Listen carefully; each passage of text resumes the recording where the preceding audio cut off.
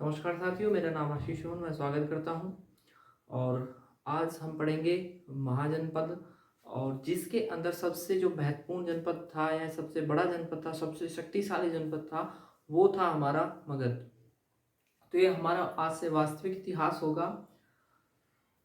तो मगध जनपद, जिसके अंदर कितने जनपद माने गए हैं? 16। 16 क्या माने गए हैं? महाजनपद माने गए हैं। कितने? 16 जो है महाजनपद माने गए हैं। और यहाँ से मैं आपको कुछ इंपोर्टेंट लिखा देता हूँ कि बौद्ध ग्रंथ में उत्तर भारत बौद्ध ग्रंथ में उत्तर भारत के 16 बड़े राज्यों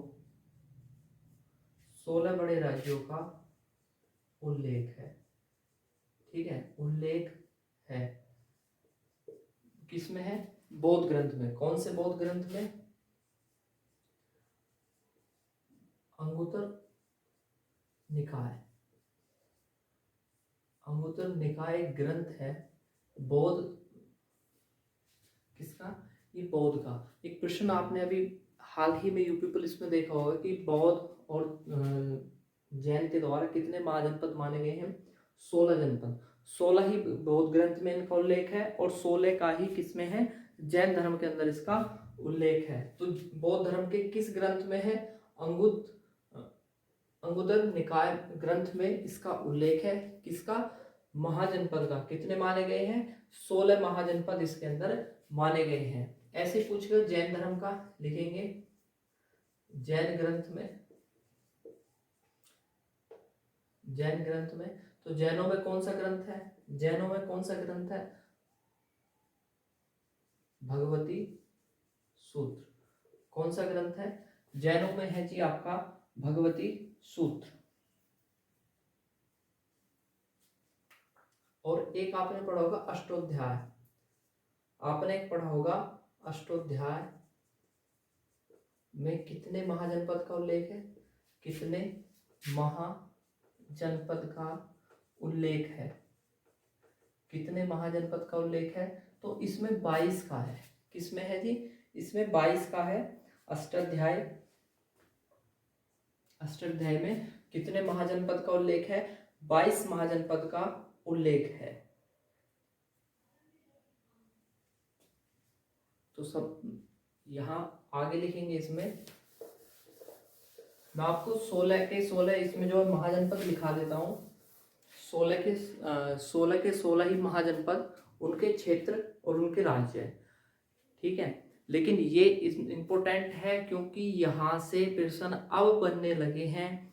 किस महाजनपद की राजधानी क्या थी, उसका क्षेत्र क्या था, ये अब आने लगे हैं। वर्तमान में दे देता है कि वर्तमान में मगध जनपद कहाँ पर है, किस राज्य में मगध साम्राज्य की सीमाएं हैं, या किस राज्य से मगध साम्राज्य की सीमाएं नहीं छूती हैं, या कोई अन्य दे देगा जैसे। ठीक है, तो वहां से अब प्रश्न आने लगे हैं। तो इसलिए कोई भी टॉपिक को बिना स्किप करे आप जो है पढ़ो।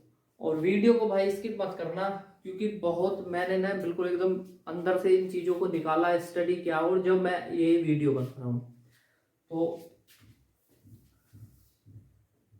यहाँ लिखेंगे महाजनपद, उनके यहाँ लिखेंगे क्षेत्र, क्या उनके क्षेत्र थे, और फिर उनके लिख लेंगे अंत में राजधानी। कितने महाजनपद हैं? 16 महाजनपद हैं। सबसे बड़ा या सबसे शक्तिशाली तो ये आपका मगध है। उसके मगध के बारे में पढ़ेंगे, लेकिन पहले पढ़ते हैं कि 16 जो है हमारे महाजनपद कौन कौन से हैं। नंबर 1 देखिए, कुरु। नंबर 1 क्या है? कुरु। आपने महाभारत देखी है, तो महाभारत में जब महाभारत का युद्ध खत्म हो गया था, तो जो कौरव और पांडवों का जो जितना भी राज्य था, किनको मिला था? वही जो हस्तिनापुर था, वो किन के पास था? कौरवों के पास था। लेकिन बाद में तो जीत लिया ना, तो सब एक कर लिया। तो जो कौरव और पांडवों का सारा जितना भी क्षेत्रफल था वो कुरु हुआ। तो कुरु का राज्य क्या था? जैसे हस्तिनापुर कहाँ पर है? हस्तिनापुर मेरठ में है। तो इसके क्षेत्र भी क्या होंगे, वही तो होंगे जो कौरव और पांडवों के क्षेत्र थे। जैसे मेरठ, पूरा मेरठ का क्षेत्र, थानेश्वर, और दिल्ली, कुरु रहा। इनकी राजधानी क्या थी, पांडवों की राजधानी क्या थी, इंद्रप्रस्थ थी ना, इंद्रप्रस्थ तो था पांडवों के पास, वही इन्होंने अपनी क्या राखी, राजधानी राखी, इन्होंने राजधानी राखी।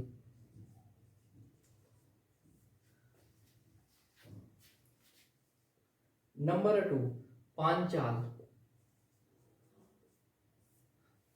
नरेश आपने सुना होगा ना, कौरव उसमें पांडवों के में थे ना पांचाल नरेश, यानी कि जो मैं कह दूं पांचाल कौन थे, द्रौपदी के पिता थे, कहते ना पांचाल नरेश, पांचाल की पुत्री थी, पांचाली थी, नहीं सुना, वही है। और इनका जो क्षेत्र था वो वर्तमान में जो हमारा यूपी में बदायूं, बरेली, ये वाला क्षेत्र है किसका, पांचाल का। और इसकी राजधानी रही हमारी अहिछत्र, राजधानी क्या रही, अहिछत्र रही। नंबर 3, सूरसेन, पढ़ा होगा आपने इतिहास में इसके बारे में जरूर। सूरसेन क्या था, जो मथुरा के आसपास का इलाका था, मथुरा के आसपास, जैसे मथुरा के आसपास क्या हुआ, आगरा हुआ आपका, है ना, अलीगढ़ हुआ, उधर हल्का सा क्या हुआ आपका, जैसे ग्वालियर की तरफ हुआ, झांसी की तरफ हुआ, ये क्या था, सूरसेन मथुरा के आसपास का क्षेत्र रहा। और कौन सा, इसकी राजधानी क्या रही, मथुरा ही इसकी राजधानी रही, नंबर 4 लिखेंगे, वस्त्र। नंबर 4 है बस, ये है आपका प्रयागराज, बांदा और आपका फतेहपुर,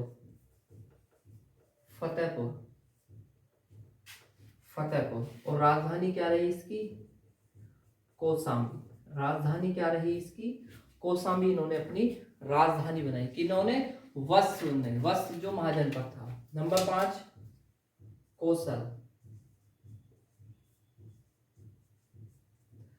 5, कौशल क्या था, जो अवध है, यानी कि जो अयोध्या का क्षेत्र है, वो सारा किनके पास था, कौशल महाजनपद में था। और इनकी राजधानी, 2 राजधानी मानी गई है, साकेत का कौन सा भाग, उत्तरी वाला, कौन सा भाग, साकेत उत्तरी भाग, ठीक है, और श्रावस्ती का दक्षिणी भाग, श्रावस्ती का कौन सा, दक्षिणी भाग, श्रावस्ती दक्षिणी।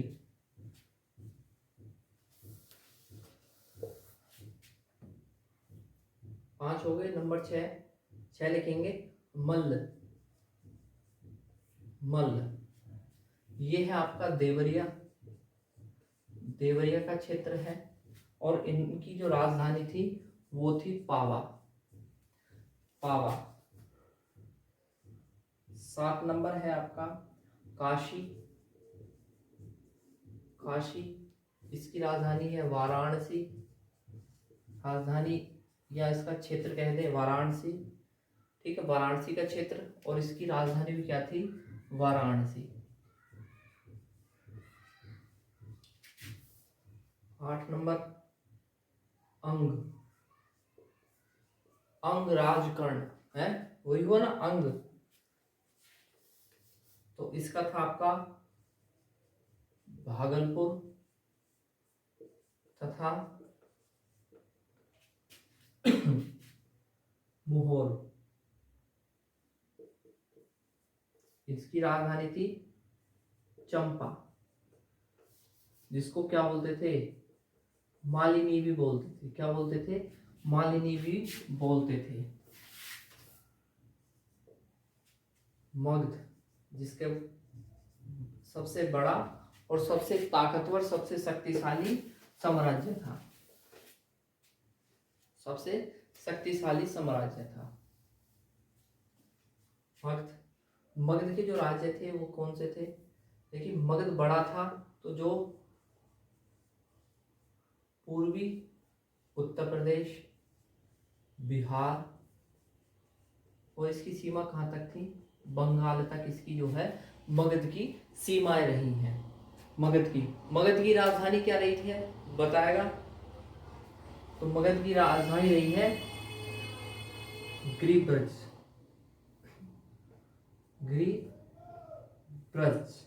और दूसरी भी इनकी राजधानी थी राजगृह। गिरिब्रज और राजगृह। 10वां था आपका चेदी। ये है आपका जो आधुनिक बुंदेलखंड है, या मैं कह दूं जो मॉडर्न बुंदेलखंड हुआ, वो इसका क्षेत्र था।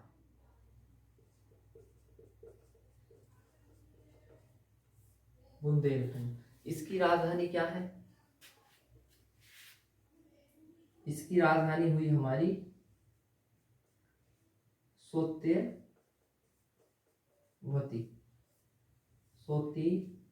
हुई। लिखेंगे मत्स्य। ये आपका जयपुर का क्षेत्र है इसका। और इसकी राजधानी थी विराटनगर। ये विराटनगर। अस्मक 12वां जनपद था आपका अस्मक आपका जो है 12वां जनपद था। अस्मक का क्षेत्र था आपका जो गोदावरी का क्षेत्र है, गोदावरी घाटी का जो क्षेत्र है वही आपका है। और इसकी राजधानी थी पोटन। इसकी राजधानी रही है पोटन, इसकी जो है राजधानी रही है।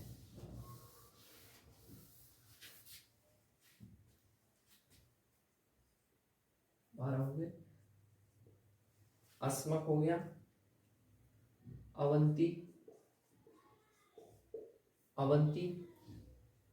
अवंती का क्षेत्र रहा है मालवा। कौन सा मालवा रहा है इसका? पश्चिमी और पश्चिमी व मध्य मालवा क्षेत्र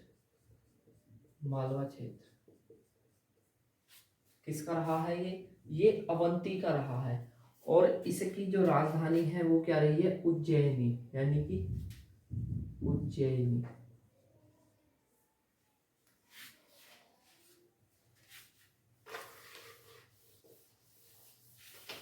उज्जैनी रही है।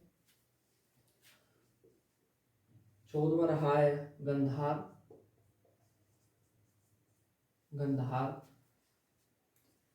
ये इसका रहा है पेशावर। और राजधानी रही है इनकी तक्षशिला।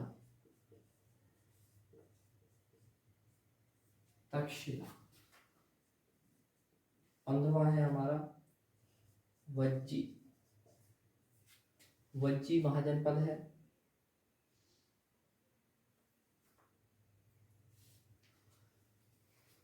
ये है हमारा मुजफ्फरपुर।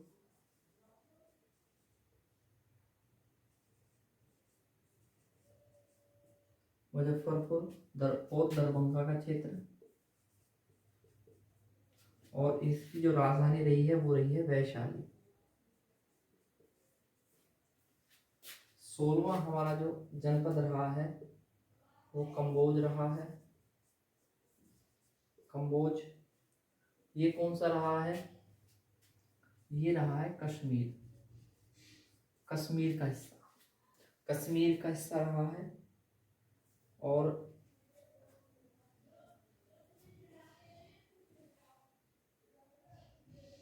और इसकी राजधानी रही है राजपुर। ये जो राजौरी भी लिख लेना, राजौरी, ठीक है। कश्मीर और राजौरी का क्षेत्र जो है वो कम्बोज का रहा। राजधानी जो है राजपुर रही। सबसे बड़ा महाजनपद इसका रहा है कौन सा? मगध। कौन सा रहा है? मगध रहा है।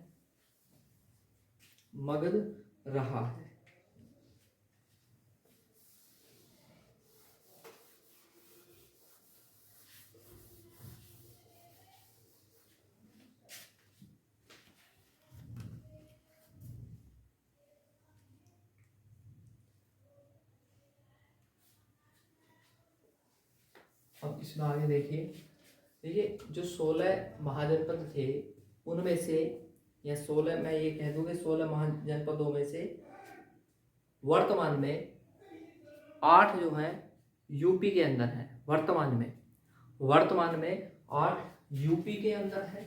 तो लिखेंगे 16 महाजनपदों में से, 16 महाजनपदों में से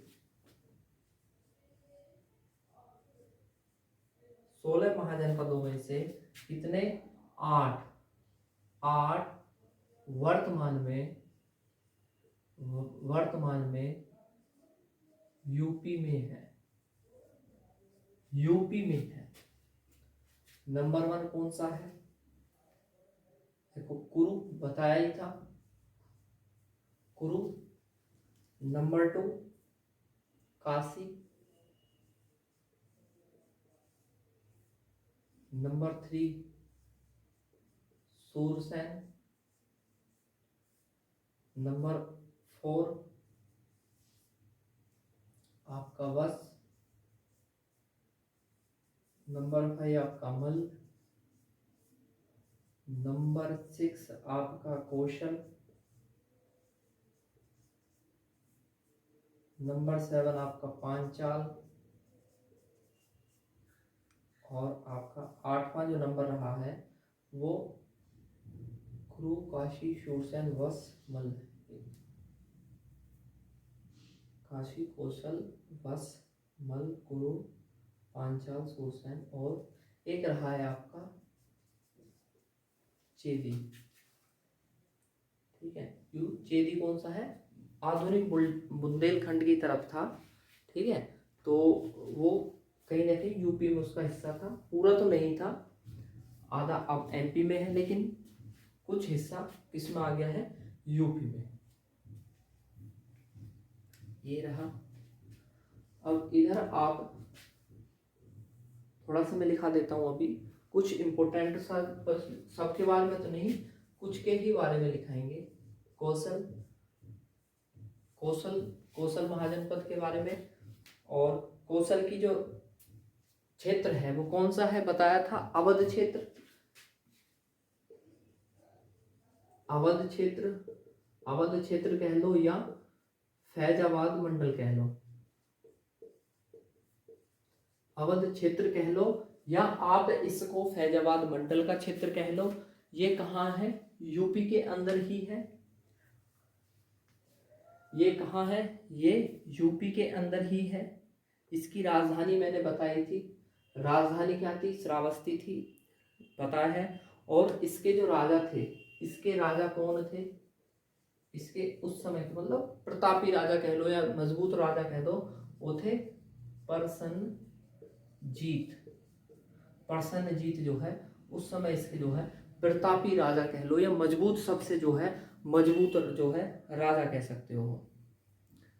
वश नरेश के बारे में, वश के क्षेत्र बताया था, जो इलाहाबाद वाला क्षेत्र है, इलाहाबाद आपका फतेहपुर वाला क्षेत्र है, वो किसके पास है, वश के पास है। इनकी राजधानी क्या थी, राजधानी कौन सी थी इनकी, कौशाम्बी इनकी क्या है राजधानी, इनकी राजधानी, वश की राजधानी कौशाम्बी लिखा है। और इसका प्रतापी राजा वो क्या था,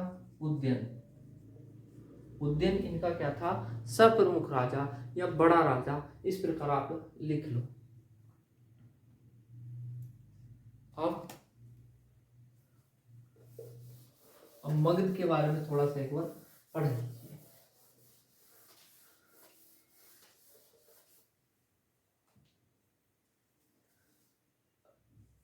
मगध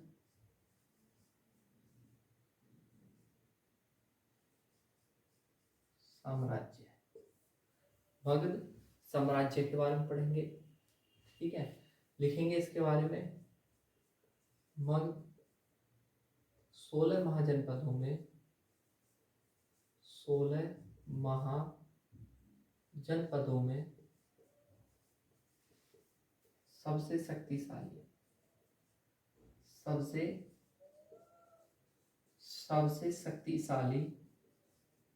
साम्राज्य रहा। सबसे शक्तिशाली क्या था, जो है क्या रहा है, साम्राज्य रहा है। इसका क्षेत्र मैंने बता ही दिया है, इसका क्षेत्र मैंने बता ही दिया है, आप लिख सकते हैं पूर्वी उत्तर प्रदेश, पूर्वी उत्तर प्रदेश, बिहार का क्षेत्र और आपका कुछ हिस्सा बंगाल का, कुछ हिस्सा यहाँ पर बंगाल का आप कह सकते हो। मगध साम्राज्य का आप कह सकते हैं उत्कर्ष कब हुआ, यानी कि उदय कब हुआ, का उत्कर्ष, ये इसका 6वीं शताब्दी में हुआ था, 6वीं शताब्दी में, 6वीं शताब्दी ईसा पूर्व माना जाता है, 6वीं शताब्दी ईसा पूर्व, यानी कि अभी क्या चल रहा है 2024, और इससे भी 600 साल पहले, ठीक है, लगभग 2600 वर्ष पहले हुआ ना भाई। शताब्दी यानी कि 100 वर्ष की एक शताब्दी, तो 600 वर्ष ईसा पूर्व, और अभी क्या चल रहा है 2024, तो यानी कि 2000 वर्ष तो ये हो गए और 600 वर्ष वे हो गए, लगभग 2600 हम कह सकते हैं। 2600 वर्ष पहले की बात है जब मगध साम्राज्य का क्या हुआ था, उत्कर्ष हुआ था। क्या हुआ था, उत्कर्ष हुआ था। मगध साम्राज्य कब चला, मगध साम्राज्य का कब से कब तक था, मगध साम्राज्य कब से कब तक था, ये आपका 544 ईसा पूर्व से 544 ईसा पूर्व से 185 ईसा पूर्व तक इसका रहा।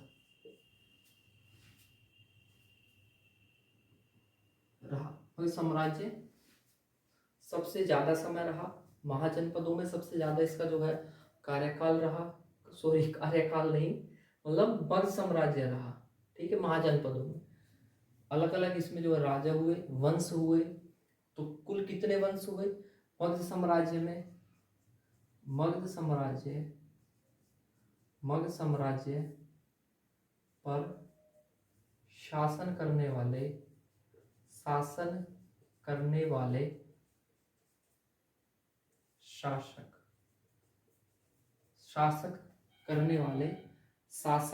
वाले ये शासन करने वाले वंश लिख दो, शासन करने वाले वंश पता ही होगा। कुल कितने रहे, 4 वंश रहे, 4 वंश रहे। सबसे पहले कौन सा रहा, हर्यक वंश रहा। कौन सा रहा, हर्यक वंश रहा, ठीक है। उसके बाद क्या आया, शिशुनाग वंश आया। उसके बाद क्या आया, शिशुनाग वंश आया। नंबर 3 पे नंद वंश आया, नंबर 3 पे आया नंद वंश, और नंबर 4 पे आया आपका मौर्य वंश। कौन सा आया जी, मौर्य वंश आया। तो इसको याद करने के लिए आप ये चीज लिख लो, HSNM, हंसना मना है, हंसना मना है, मतलब अपने हिसाब से HSNM कुछ भी कर सकते हो।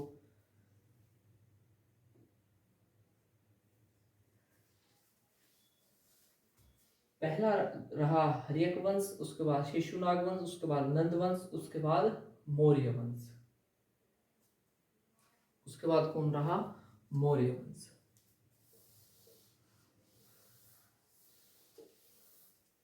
मौर्य वंश रहा। आगे लिखेंगे इसमें, जो प्राचीन मगध था, यानी कि प्राचीन मगध साम्राज्य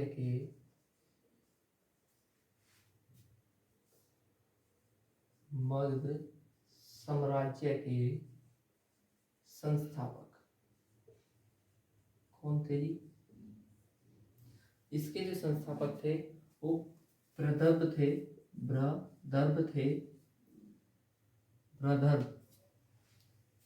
थे ना। और इन्हीं का पुत्र क्या था, इन्हीं का पुत्र था जरासंध। जरासंध इन्हीं का पुत्र था जरासंध।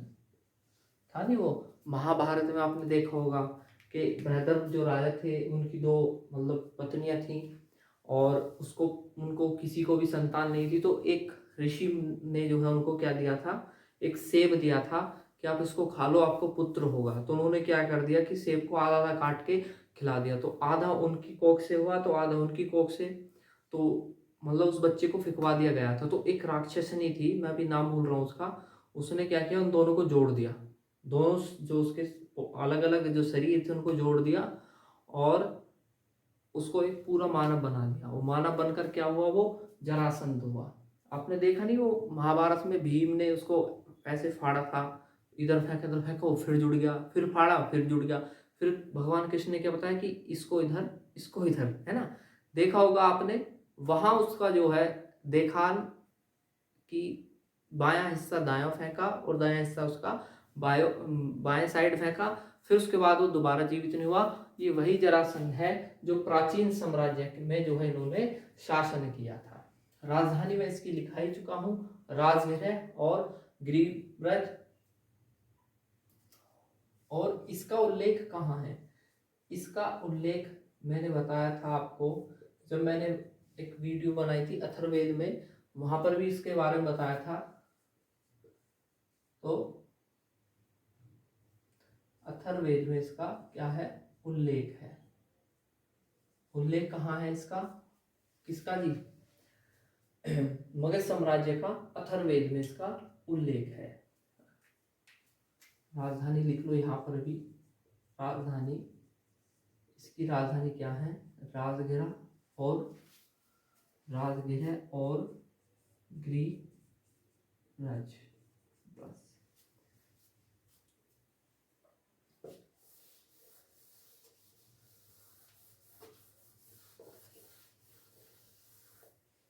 मगध साम्राज्य में जो पहला शासक रहे वो कौन रहे, हर्यक वंश रहे। कौन रहे, हर्यक वंश रहे, हर्यक वंश रहा। और इसके जो हर्यक वंश के जो संस्थापक हैं, जो इसका संस्थापक हैं वे कौन हैं, वे हैं इनके बिंबिसार। कौन है, बिंबिसार, बिंबिसार है। हर्यक वंश कब से कब चला, देखिए शुरुआत कब हुई थी, 544 में ही तो हुई थी मगध की। और सबसे पहले कौन थे, हर्यक वंशी थे। तो 544 से ही तो शुरू करते, 544 से कब तक रहे, 412 ईसा पूर्व तक रहे। कौन रहा, हर्यक वंश रहा। हर्यक वंश की समाप्ति के बाद कौन आया, उसके बाद आया शिशुनाग, शिशुनाग वंश आया। बिंबिसार रहे, बिंबिसार रहे। देखिए बिंबिसार भी तो कुछ रहे होंगे, पूरा बिंबिसार ने तो नहीं किया है।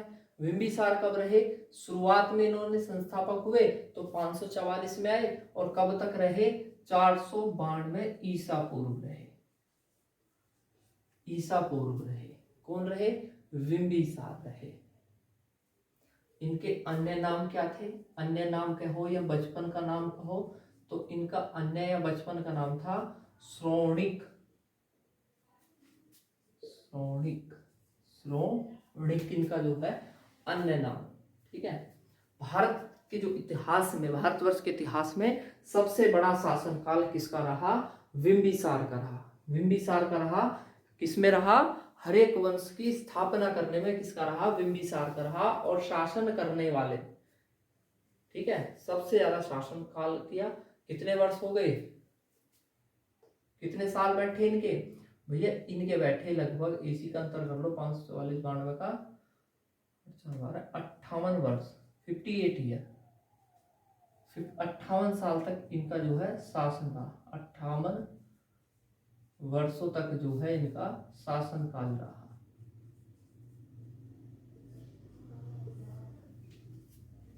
अन्य नाम इनका श्रोणिक रहा। भारत के इतिहास में सबसे बड़ा शासनकाल 58 वर्ष तक रहा। बिंबिसार ने, इन्होंने क्या किया था, अंग महाजनपद जीता था, अंग महाजनपद जीता। अगर आपसे ये कह दिया जाए कि अंग महाजनपद किस राजा द्वारा जीता गया था, तो बिंबिसार ने इसको जीता था। बिंबिसार ने अंग महाजनपद जो है जीता था। और इसका जो है राजकुमार किसको बनाया?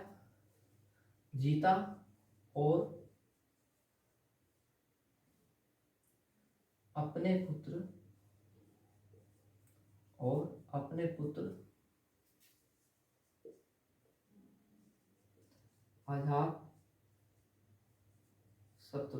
अजातशत्रु को राजा बनाया। कहाँ का? अंग का। ये प्रश्न आ जाए कि अंग महाजनपद जीतने के बाद बिंबिसार ने अंग का राजा किसे नियुक्त किया? अपने पुत्र अजातशत्रु को किया। किसको किया? अपने ही पुत्र अजातशत्रु को किया।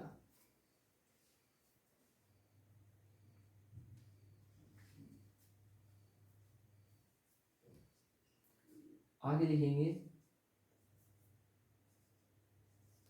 बिंबिसार ने राज्य विस्तृत यानी कि बड़ा करने, उसको फैलाने के लिए, विस्तृत करने के लिए, विवाह करने के लिए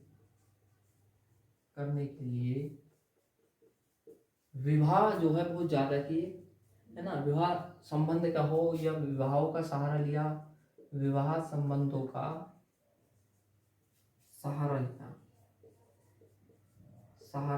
विवाह के जो संबंध थे ना, उनको महाराज जी जो है बढ़ाते चले गए। मतलब ये था कि वो राज्य उनको चाहिए, तो उस राज्य की पुत्री से या उनकी जो बहन वगैरह होती थी, उनसे वो क्या करते थे? शादी कर देते थे और फिर दहेज में राज्य मांग लेते थे कि लाओ जी अब हमें ये जो है अपना राज्य दे दो। जैसे महाकौशल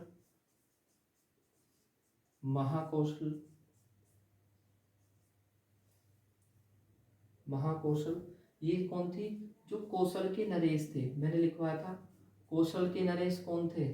प्रसन्नजीत थे। कौशल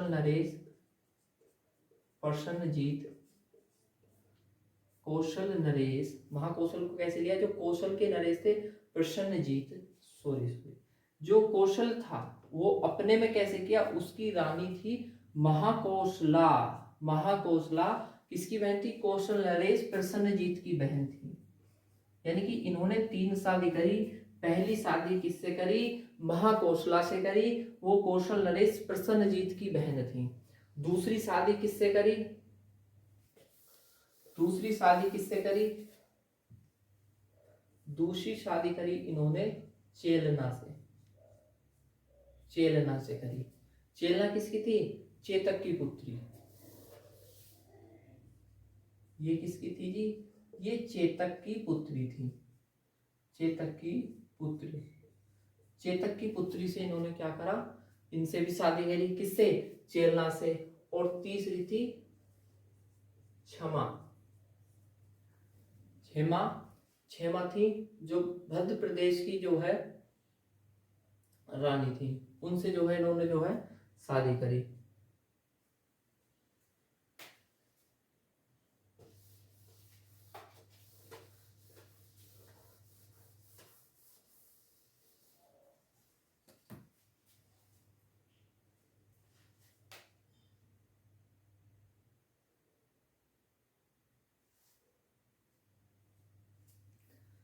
चेतक की पुत्री।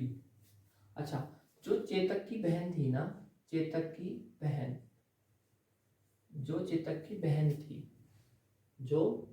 बहन थी, उसका नाम था त्रिशला। उसका नाम क्या था? त्रिशला। और त्रिशला किसकी पत्नी थी? त्रिशला किसकी वाइफ थी? ये किसकी पत्नी थी?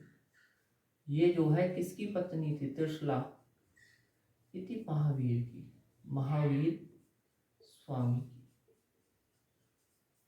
ये महावीर स्वामी की जो है क्या थी? पत्नी थी। किसकी? चेतक की जो बहन थी। और चेतक की पुत्री चेलना वो किसकी रानी बनी?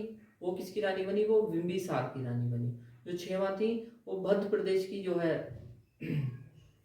क्या थी? वो वहां की रानी थी। मैंने लिखवाया था बिंबिसार ने पहले तो बौद्ध धर्म अपनाया, सबसे पहले क्या किया, बौद्ध धर्म अपनाया, बौद्ध धर्म अपनाया, बौद्ध धर्म अपनाया, अनुयायी किया। लेकिन जो इनकी पत्नी थी, देखिए कौन सी वाली, चेलना। अब चेलना की जो फूफा जी थे, हैं, चेलना के जो फूफा जी थे महावीर स्वामी, वो जैन धर्म के थे, है ना। तो उसने कहा कि भाई हमारे फूफा जी ने नई ब्रांच लॉन्च किया है ना, कहते ना ऐसे, सॉरी, लेकिन उन्होंने कहा कि हमारे जो फूफा जी हैं वो है जी जैन धर्म की में, उन्होंने जैन धर्म अपनाया है, ये उसकी जो है भूमिकाएं हैं, ये उसके अंदर ये है वो है, जैसे बताते हैं ना, जैसे मार्केटिंग टाइप होता है, वो किया। और अपनी पत्नी के कहने पर बाद में वो कहाँ चले गए, जैन धर्म के मठ में चले गए। चेला के कहने पर जैन धर्म के क्या हो गए, अनुयायी हो गए। क्या, कौन हो गए अनुयायी, बिंबिसार हो गए। अब इन्होंने अपनी राजधानी क्या बनाई, किसने, बिंबिसार ने। देखिए मगध जनपद की राजधानी क्या थी, राजगृह। तो इनकी सबसे पहली राजधानी इन्होंने राजगृह को बनाया। और इनके जो इनका बड़ा पुत्र था, जिसका नाम था दर्शक, क्या नाम था, दर्शक। बड़े पुत्र दर्शक को उत्तरदायी बनाया। अब उत्तरदायी बनाया तो इनका जो दूसरा पुत्र था, जो अंग का जो है उपराजा था, क्या नाम था उसका, अजातशत्रु, उसने क्या कर दी, अपने पिता की हत्या कर दी।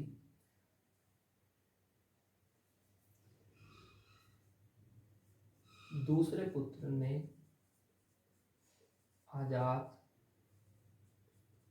अजातशत्रु ने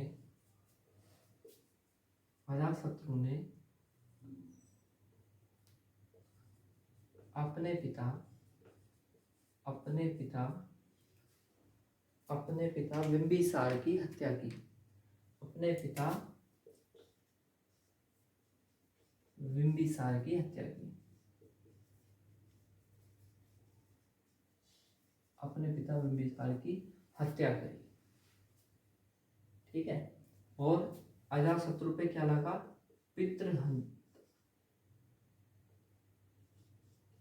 पितृहंता दोष लगा कि भाई इसने जो है अपने जो है पिता की जो है हत्या की है, ठीक है। तो पितृहंता कहा गया, किसको कहा गया, पितृहंता किसको कहा गया,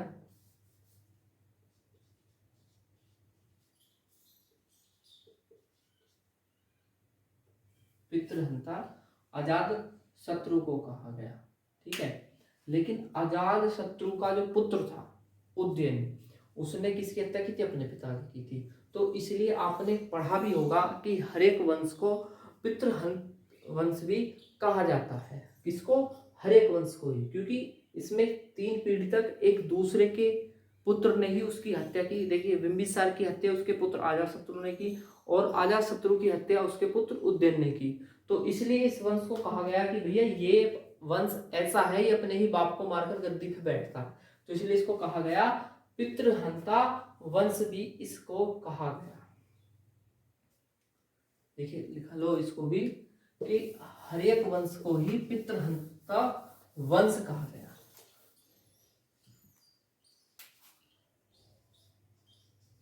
हर एक वंश को पितृहंता वंश कहा गया। पितृहंता वंश कहा गया, क्यों, क्योंकि अजातशत्रु का जो पुत्र था, ठीक है। देखिए बिंबिसार की हत्या किसने की, बिंबिसार की हत्या की उसके पुत्र अजात ने, अजातशत्रु ने। और अजातशत्रु की हत्या किसने की, उदयन ने। तो यानी कि एक दूसरे को ही ये मारते आगे, ठीक है। इस मतलब इसको इसने मारा, इसको इसने मारा, तो आपस में मतलब 3 पीढ़ियों ने एक दूसरे के बाप को मारा। तो भैया इसलिए ही इसको कहा गया पितृहंता वंश कहा गया। हत्या कब करी उसने? 492 में करी और मारकर गद्दी पे बैठ गया। और उसका नाम क्या था? अजात शत्रु। अजात शत्रु अपने पिता को मारकर राजगद्दी पर बैठा। कब बैठा? 492 ईसा पूर्व बैठा। 492 ईसा पूर्व बैठा। और कितने वर्ष तक रहा जी? ज्यादा ही नहीं रह पाया, चलता बना दिया उसको 460 ईसा पूर्व में उस दिन। बोलो पिताजी अब बहुत ही तुमने शासन कर लिया, अब चलो। और छुरा मारा था इसको भी। आजाद शत्रु, आजाद शत्रु 492 ईसा पूर्व से 460 ईसा पूर्व तक क्या किया? शासन किया हरेक वंश या महाजनपद में। और इनके अन्य नाम था कुणिक। अन्य नाम था इनका कुणिक। इनका क्या था? अन्य नाम था। और ये किसके मतलब किसके पुत्र थे? ये महाकौशल के। इनकी माता कौन थी? देखो पिता तो बिंबिसार ही थे, लेकिन महाकौशला कौन थी? इनकी माता थी। ये किसके पुत्र थे? बिंबिसार की कौन सी पत्नी के? महाकौशला के। ठीक है। और महाकौशला किसकी थी? कौशल नरेश प्रसन्नजीत की बहन थी। ठीक है। तो इनके मामा कौन हुए? प्रसन्नजीत हुए। नहीं तो ऐसे बस मैं तो बता रहा हूँ, इसमें ये तो पूछेगा नहीं कि मामा कौन है या मामी कौन है। ये मैं ऐसे ही थोड़ा सा लॉजिक, जिससे आपको थोड़ी सी याद करने में आसानी सी थोड़ी हो जाए कि भाई कि महाकौशल और कौशल के जो प्रतापी राजा थे वो प्रसन्नजीत थे। माता इनकी थी महाकौशला, पिता बिंबिसार थे। और इनका जो है अन्य नाम था वो था कुणिक। और काशी के जो काशी के लिए प्रसन्नजीत से युद्ध में जीता और अपनी पुत्री वजीरा से विवाह किया। यानी कि सॉरी, उसकी जो पुत्री थी, यानी कि जो इसके मामा की ही लड़की थी। प्रसन्नजीत कौन थे? इनके मामा थे। इनसे ही इन्होंने युद्ध किया जीतने के लिए। और जब युद्ध जीता तो उनकी जो लड़की थी उसी से इसने क्या की? शादी की। किसने? अजात शत्रु ने। तो बात लिखेंगे इसमें कि काशी के लिए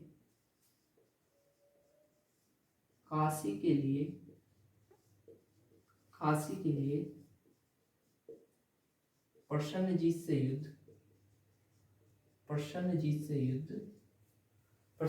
युद्ध और प्रसन्नजीत से युद्ध जीता। और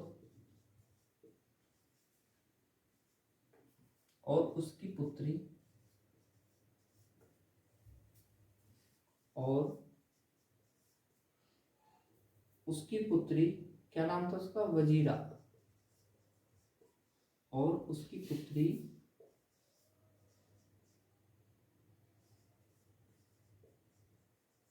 वजीरा से विवाह किया।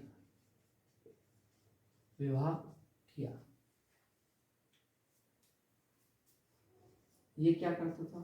अजात शत्रु जैन धर्म का अनुयायी था।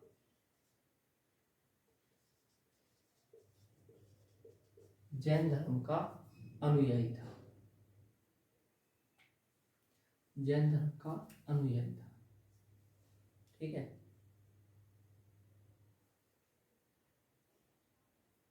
आगे लिखेंगे। देखिए 483 में प्रथम बौद्ध संगति हुई थी या नहीं हुई थी? यानी कि इससे 8 वर्ष उल्टा आ जाओ, 83 इसी के 83। ठीक है। तो 483 ईसा पूर्व प्रथम बौद्ध संगति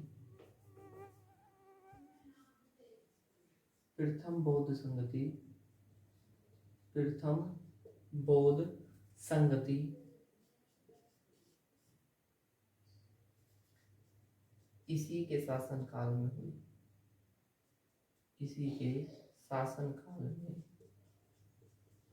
हुई। प्रथम बौद्ध संगति क्या कहलाई थी? महापरिनिर्वाण कहलाई थी, नहीं, महापरिनिर्वाण कहलाई थी। और इसी के शासन काल में, इसी के ही शासन काल में, अजातशत्रु के ही शासन काल में महावीर की और बौद्ध दोनों की जो है मृत्यु इसी के शासन काल में हुई थी। लिख लेंगे महावीर स्वामी और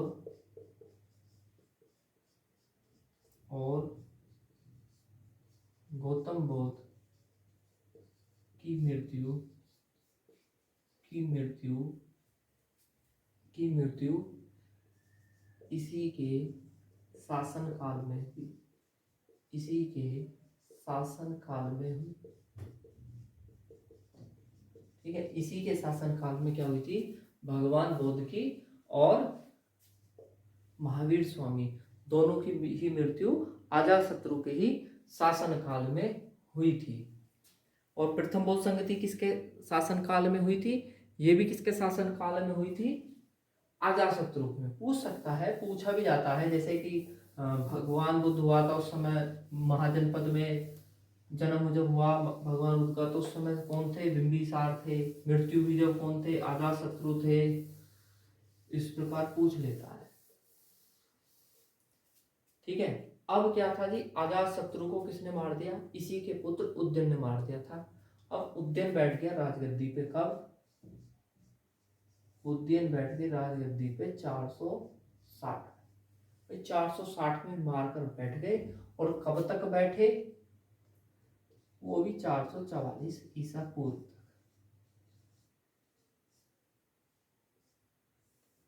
कौन रहे, उदयन। ठीक है, बौद्ध ग्रंथों के अनुसार इसको क्या बोला गया है, द्वितीय पितृहंता बोला। प्रथम पितृहंता कौन था, यानी कि पहला जिसने पिता को मारा था अजातशत्रु था। दूसरा कौन था जिसने अपने पिता को मारा था, वो उदयन था। ठीक है, उदयन ने भी अपने पिता को मारा और अजातशत्रु ने भी अपने पिता को मारा। उदयन को क्या बोला गया, द्वितीय पितृहंता बोला गया। और